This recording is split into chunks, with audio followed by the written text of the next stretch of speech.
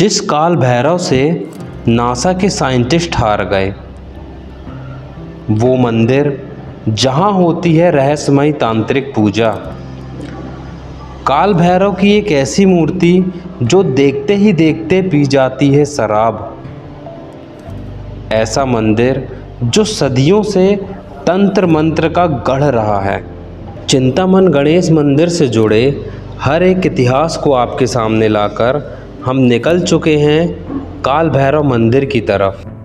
काल भैरव मंदिर के इतिहास के बारे में आज जो बात हम आपको बताने वाले हैं वो शायद ही पहले आपने कभी सुनी होगी। हम जैसे ही काल भैरव मंदिर पर पहुँचे, हमें भक्तों की भारी भीड़ देखने को मिली।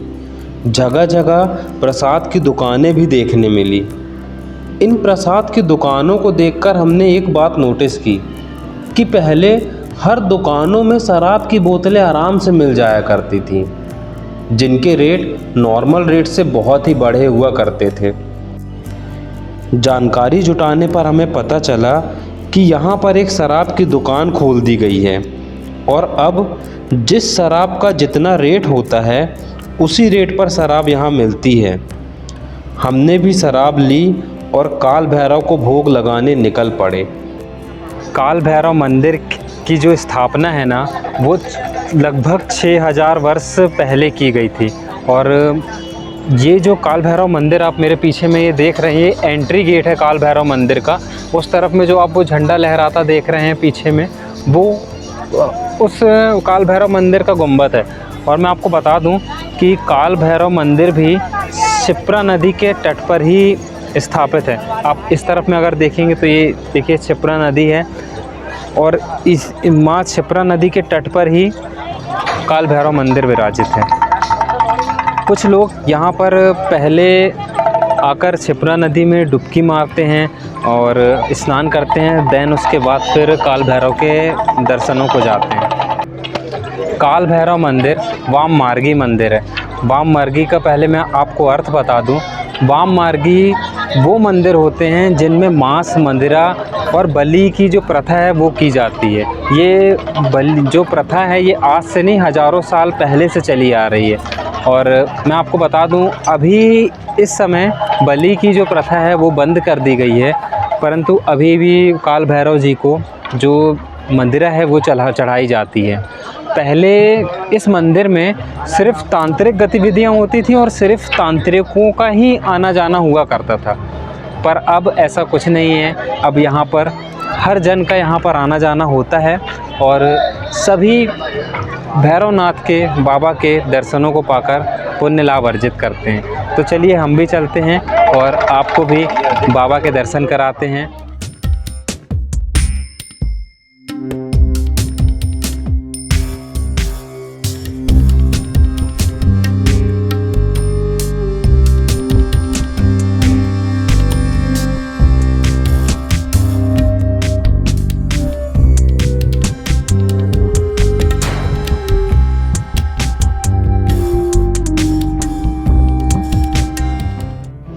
जिस स्थान पर काल भैरव का ये मंदिर बना है उसे भैरव पर्वत के नाम से जाना जाता है। उज्जैन शहर रहस्यमय है। यहाँ के कण कण में एक नहीं अनेक रहस्य छुपे हैं। उन्हीं में से एक है काल भैरव का ये मंदिर, जहाँ काल भैरव की ये मूर्ति देखते ही देखते ना जाने कितनी मदिरा पी जाती है। काल भैरव जो मदिरा पीते हैं वो कहाँ जाती है, आज तक उसके बारे में कोई पता नहीं लगा सका। नासा के साइंटिस्टों ने भी इसकी कई बार खोज की और पता लगाने का भी सोचा, पर किसी को कुछ भी हाथ ना लग सका। भारत सरकार का भी ये मानना है कि काल भैरव इस मंदिर में साक्षात रूप से विराजित हैं। ये विश्व का एकमात्र ऐसा स्थान है जहाँ काल भैरव मदिरा पान करते हैं। काल भैरव की मूर्ति का मदिरा पान करने के पीछे क्या पौराणिक कथा है, चलिए हम उसके बारे में आपको बताते हैं। पुराणों में लिखित कथाओं के अनुसार ब्रह्मा जी पहले 5 मस्तक के स्वामी हुआ करते थे। 4 मुखों से उन्होंने 4 वेदों की रचना की। पांचवें सिर से वो एक ऐसे शास्त्र की रचना करना चाहते थे जो संसार के लिए विनाशकारी था। उस शास्त्र की रचना से हजारों साल बाद आने वाला कलयुग कुछ समय में ही आ जाता।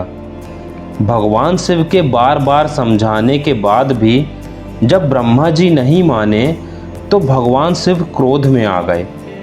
भगवान शिव की क्रोध की ज्वाला से काल भैरव का जन्म हुआ।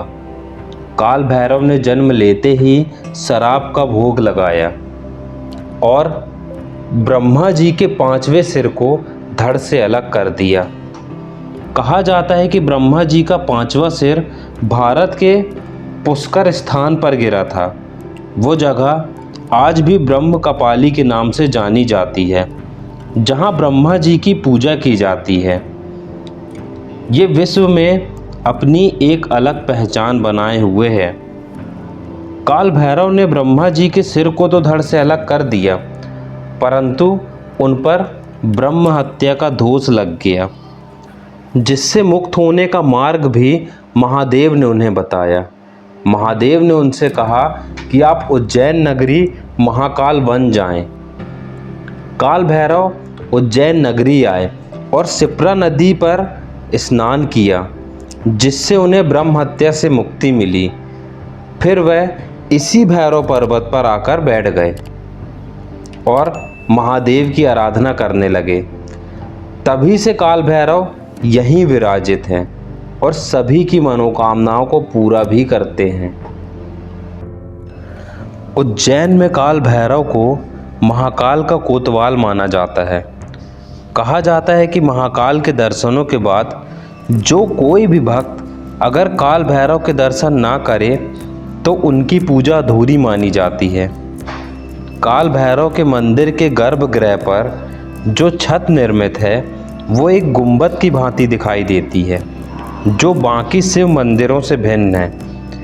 यहाँ पर काल भैरव मुकुट रूपी एक पगड़ी पहने आसन पर विराजमान है। ये पगड़ी प्राचीन समय में मराठा राजाओं की ओर से भेंट की गई थी, जिस परंपरा का निर्वाह आज तक किया जा रहा है। सिंदूर से लिपटी हुई काल भैरव की ये प्रतिमा बड़ी बड़ी आंखों वाली और जीभ निकाले हुए है। यहाँ भगवान का तांत्रिक रूप विराजमान है।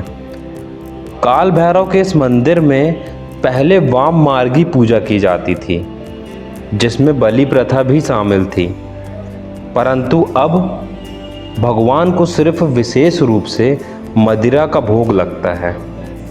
स्कंद पुराण में काल भैरव की इस मूर्ति और भैरव पर्वत का भी वर्णन है, जो कि काल भैरव देवों के देव महादेव का ही रूप है।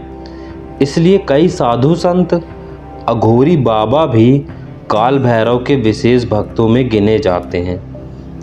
ये साधु संत साल भर महादेव की पूजा में ही लीन रहते हैं और शैव मत का ही प्रचार करते हैं। इसलिए काल भैरव अघोरी बाबाओं के इष्ट देव भी कहलाते हैं। ये सभी संत काल अष्टमी का साल भर इंतजार करते हैं और काल अष्टमी को विशेष पूजन अर्चन भी करते हैं।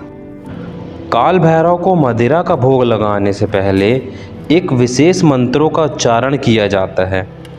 फिर काल भैरव को मदिरा का भोग लगाया जाता है, जिसे काल भैरव सहर्ष स्वीकार करते हैं।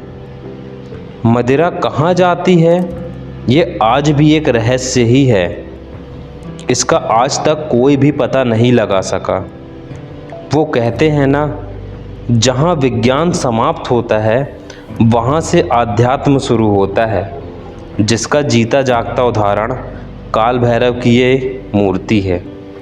कृष्ण पक्ष की सप्तमी को रात में 12 बजे भारत सरकार द्वारा एक विशेष पूजन काल भैरव का किया जाता है।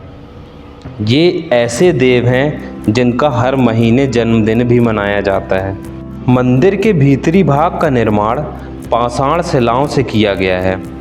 लोगों का ऐसा मानना है कि मराठा काल में महादजी सिंधिया ने युद्ध में विजय पाने के लिए भगवान को अपनी पगड़ी अर्पित की थी और कहा था कि अगर वे युद्ध में जीत गए तो वे मंदिर का जीर्णोद्धार करेंगे और उन पर काल भैरव की कृपा भी हुई।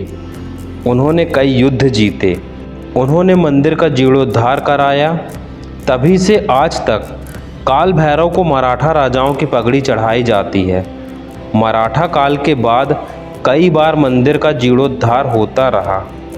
भोलेनाथ की जय। हरि ओम। श्री काल भैरव की जय।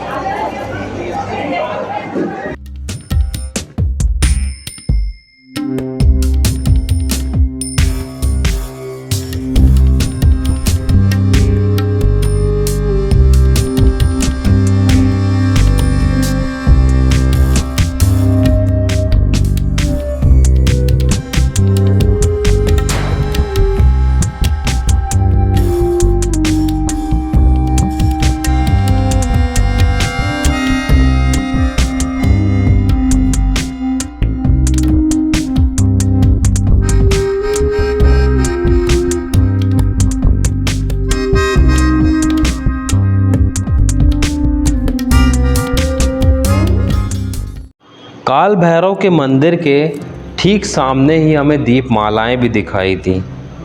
ऐसा माना जाता है कि जो भी कोई इन दीपमालाओं को प्रज्वलित करवाता है उसकी हर मनोकामना पूरी होती है। तो कैसा लगा आपको बाबा काल भैरव के दर्शन करके, उनके बारे में सारी चीज़ें जानकर? हमें कमेंट में ज़रूर बताइए और हमारे चैनल को लाइक, सब्सक्राइब, शेयर ज़रूर करिएगा, क्योंकि आपके ही माध्यम से हमारी ऐसी चीज़ें, हमारी ऐसी वीडियोस, जो भी हम हिस्ट्रीज़ बताते हैं वो आप ही के माध्यम से और लोगों तक पहुंचती हैं। इसी के साथ मैं अनमोल आपसे विदा लेता हूं। मिलता हूं एक और नए एपिसोड में। तब तक के लिए नमस्कार। नर्मदे हर। जय बाबा काल भैरव की।